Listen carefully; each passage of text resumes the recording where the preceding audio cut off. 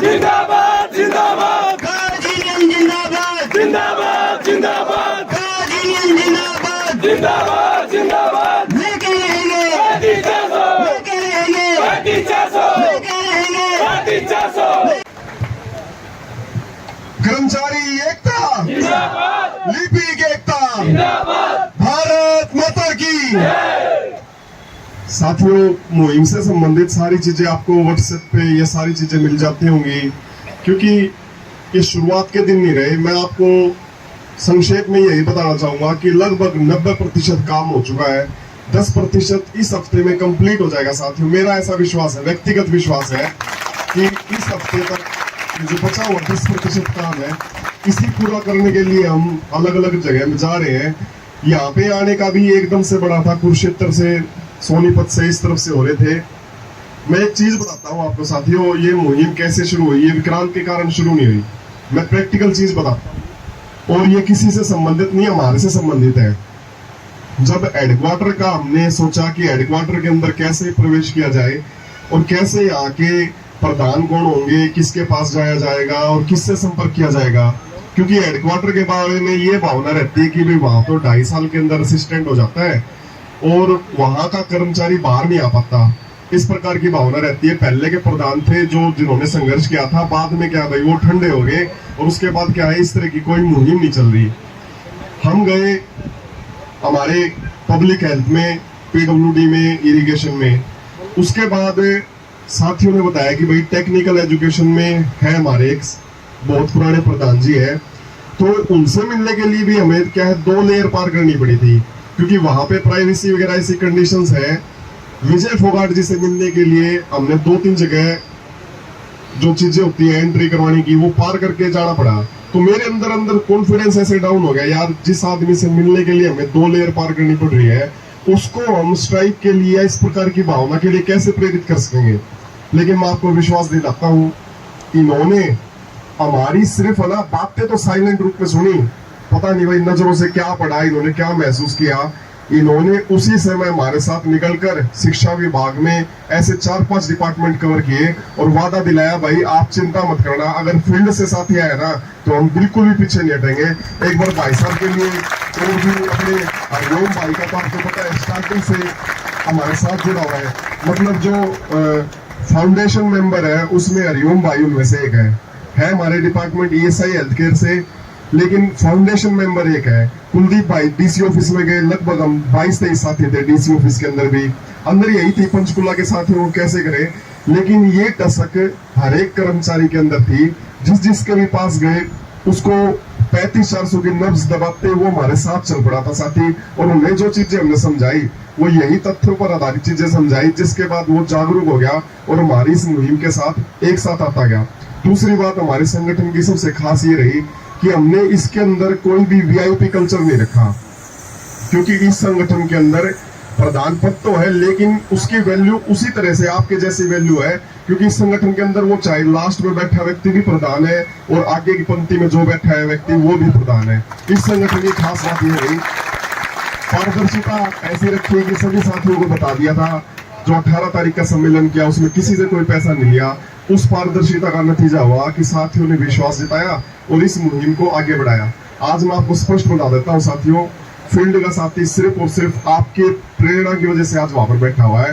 उन्हें पता चला कि हेडक्वार्टर का साथी हमारे साथ खड़ा है, हेडक्वार्टर का साथी हमारे साथ खड़ा है, तो हमें किसी प्रकार की कोई डरने की जरूरत नहीं है, क्योंकि हेडक्वार्टर साथ है तो मतलब हमारा ऊपर एक प्रकार से हाथ है, वाटर प्रूफ टेंट हो गया हमारा एक प्रकार से। और आप यकीन मानो, ये जो परिवार बना है ये आंदोलन की भूमिका में एक ऐसा परिवार बन गया जिसे आगे चलकर आप देखना, हमारी सेवा काल बहुत लंबा है। बहुत सारे साथी, सीनियर साथी भी बैठे हुए हैं, ये बहुत काम आएगा साथियों। आज जो आप आपस में इतने सारे डिपार्टमेंट के साथियों को जानते हो, वो देखना आप भविष्य के अंदर बहुत सारी ऐसी कर्मचारियों की समस्याएं होंगी जिसे सुलझाने में आप सभी का योगदान रहेगा। इसलिए इस परिवार को आप संजो के रखना। मैं एक बात स्पष्ट कह देता हूँ, फोगाट जी भाई साहब मेरे बड़े भाई, जो भी चीजें होंगी ना वहां पर वो ईमानदारी के साथ होंगी। वहां पर उन्होंने 21,700 कहा था, उसी समय टेबल छोड़ दी थी साथियों। ना हमारी, अगर वहां पर ऐसी कोई समझौते की बात होती तो हम वहां पर बैठकर वो चीजें एक्सेप्ट कर लेते, लेकिन हमें आप सब साथियों का ज्ञान था, आप सब साथियों का भरोसा था, इसलिए वो टेबल हमने उसी समय छोड़ दी। राजनीति आती नहीं, लेकिन पारदर्शिता है साथियों, उस पर आप विश्वास बना के रखना। भाई साहब से भी मिलना रहेगा, और एहसान तो देखो मेरा नहीं, फील्ड के साथियों का आप सभी के ऊपर मतलब ये हमारा वो रहेगा कि भाई हम कैसे उस एहसान को उतारे कि हेडक्वार्टर ने हमारा साथ दिया है। एक बार आप सभी मिलकर भूख हड़ताल के हमारे जो कर्मचारी हैं उनके लिए जरूर नारा लगाएंगे, भूख हड़ताल कर्मचारी, भूख हड़ताल कर्मचारी, मातृशक्ति। दूसरी बात साथियों,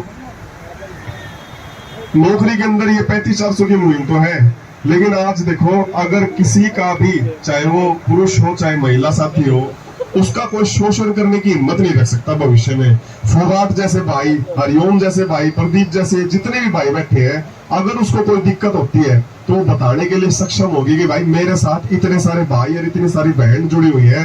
तो ये सबसे बड़ी जीत है साथियों। नौकरी करनी आपकी बिल्कुल आसान रहेगी, किसी के ऊपर कोई दबाव नहीं रहेगा।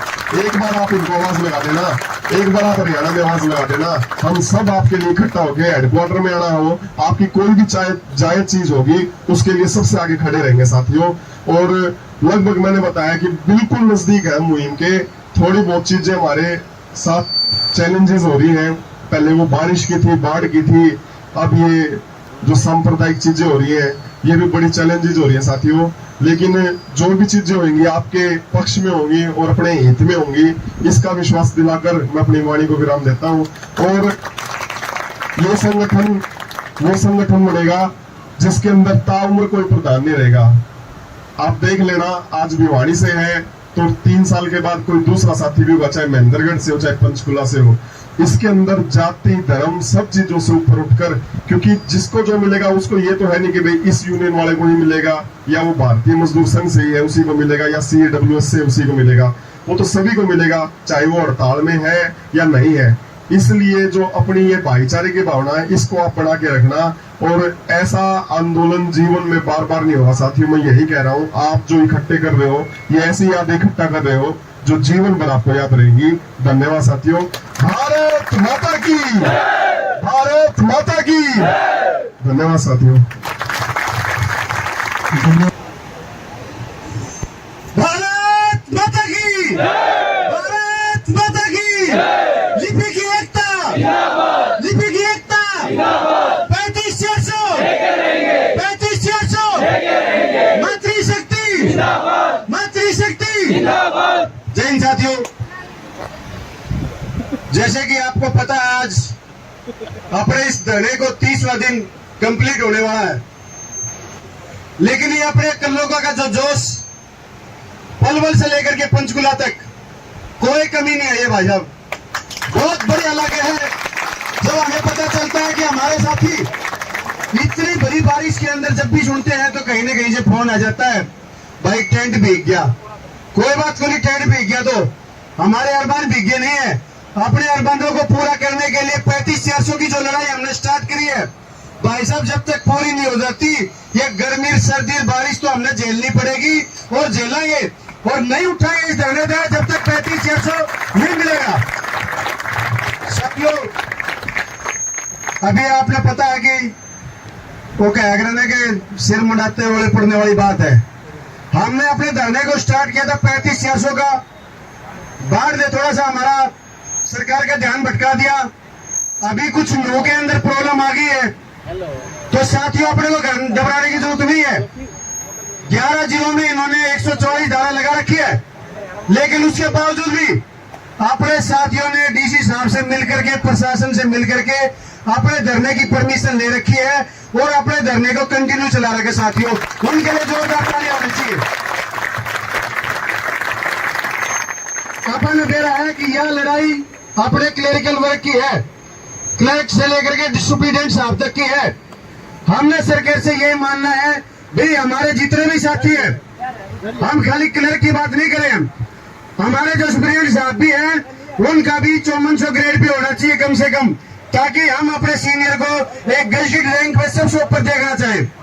इसलिए साथियों बिल्कुल भी मायूस होने की जरूरत नहीं है।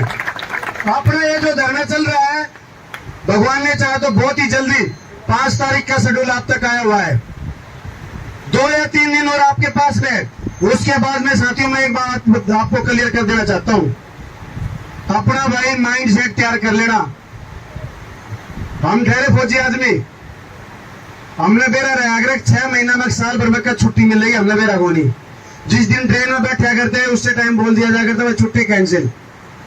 एक तुम अपनी छुट्टियां का बंदोबस्त कर लेना भाई, अपने घर में बता देना 5 तारीख के बाद में जो भी अपना इवेंट होगा सिर्फ आर पार का होगा, डुबन डाई का होगा भाई। ये सोच करके चल लेना, यहाँ पर भागने की जरूरत नहीं है। फिर जिस भाई ने हमारा साथ छोड़ना था वो छोड़ चुका।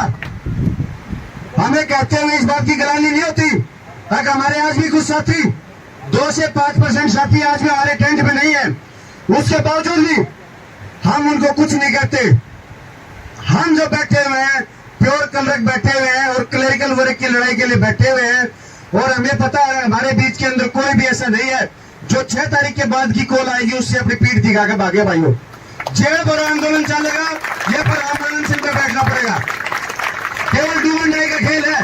यदि 35-400 की बात अपनी मनवानी है, यदि सरकार से हमने कुछ लेकर के उठना है, यदि हमने इस क्लरिकल वर्क की जो गाड़ी के रूप में 19,900 जो हमको सबसे बेचारा शब्द कहलाता है उस चीज से बचना है, तो साथियों अपना साथ देना पड़ेगा, अपना जुनून इसी तरह बनाए रखना पड़ेगा, अपना एकीकरण इसी तरह रखना पड़ेगा। मैं तो सबसे पहले एक बार हेडक्वार्टर के साथियों के लिए जोरदार ताली बजाना चाहूंगा। हेडक्वार्टर ने सबमिट कर दिया, कोई दिक्कत नहीं होती, लेकिन फील्ड के अंदर आपका एक मैसेज साथियों इतनी एनर्जी बढ़ता है। फील्ड जितने भी डायरेक्टर बाहर निकल के आए हैं आप लोगों ने जान झोंक दी है, सारे टेंट फुल हैं। आज 30 दिन हो गए, उसके बावजूद भी टेंटों की संख्या बढ़ाई जा रही है, कम नहीं हो रही। साथियों फील्ड के लिए जोरदार तालियां होनी चाहिए अपने साथियों के लिए। हमारा उद्देश्य अपार के सिर्फ ये है भाइयों, जैसे भाई साहब ने बताया था, हमने तो दिन रात छोड़ रखी, कितना है कितने पता ही नहीं चल मार दो। इसलिए आप लोग अपना आगे की जो भी तैयारी करो, उसके लिए सारे भाई बैठ करके विचार मांगे जा रहे हैं। भाई 6 तारीख के बाद में के एनर्जी के हमने अगला स्टेप लेना है, तो इसलिए जितने भी साथी बैठे हुए हैं सारे भाई अपना एकदम डेडली श्योर होकर के आ जाना। 6 तारीख के बाद की जो भी कॉल होगी वो हमारे आर पार की लड़ाई होगी। बार बार बोलने से हमारे पनवल के साथी भी जो कि आज उन्होंने नहीं लगा रखा टेंट, उसके बावजूद भी कह रहे हैं भाई साहब एक कॉल कर देना, 5 किलो को 8 देंगे, हम कभी 5 किलो को भर देंगे, और जो भी धरना होगा वो इसी ग्राउंड में होगा भाई। इसलिए आपकी जिम्मेवारी ज्यादा बढ़ती जा रही है।